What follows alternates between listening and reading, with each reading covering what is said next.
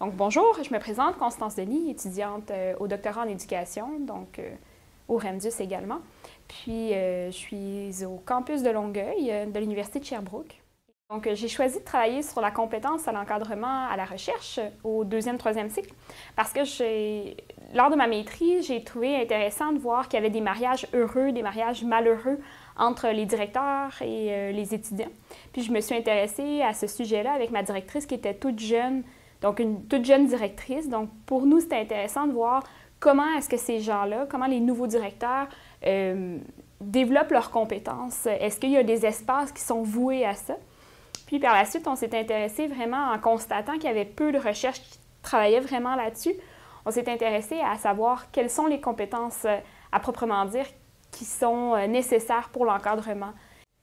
Habituellement, quand je parle de mon sujet de recherche, les gens sont tout de suite pincés, intéressés. En fait, la plupart des étudiants que je rencontre sont également dans un processus d'encadrement à la recherche. Donc, tout le monde a un peu son petit mot à dire. Tout le monde a vécu l'encadrement. Donc, pour eux, c'est de dire « Ah oui, moi, ma directrice est tellement bonne » ou « Ah mon Dieu, mon directeur, ça n'a vraiment pas bien été » puis « Oui, j'ai abandonné mes études » donc, chacun a un petit mot à dire. Tout le monde, c'est ça qui est intéressant, c'est que ça suscite l'intérêt tout de suite en partant.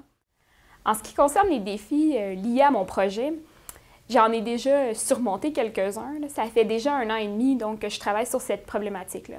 Je crois qu'un des défis, c'est de faire des deuils parce qu'on réalise que ce qu'on avait comme idée sur notre projet, c'est pas nécessairement ce qui arrive. Donc, j'avais pensé travailler sur la perception des jeunes professeurs de leurs compétences. Puis là, on réalise qu'on ne sait même pas c'est quoi une compétence pour l'encadrement. Donc, il y a des étapes dans la recherche en général qu'il faut viser avant de viser la nôtre, par exemple. Quand je me questionne à savoir ce que je vais faire par la suite, quand un jour mon doctorat sera terminé, en fait, j'ai plusieurs options puis, qui me semblent tout autant intéressantes. C'est sûr qu'il y a l'option post-doctorat. Personnellement, je l'envisage un peu moins. C'est sûr que j'aimerais un jour peut-être devenir professeur puis continuer mes recherches en pédagogie universitaire, non pas juste sur l'encadrement, mais sur l'enseignement.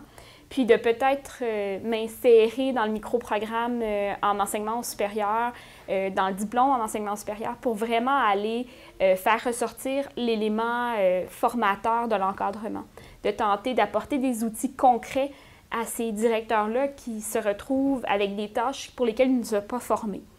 Donc, d'une part, j'aimerais continuer mon enseignement aussi. Je suis chargée de cours à la faculté d'éducation.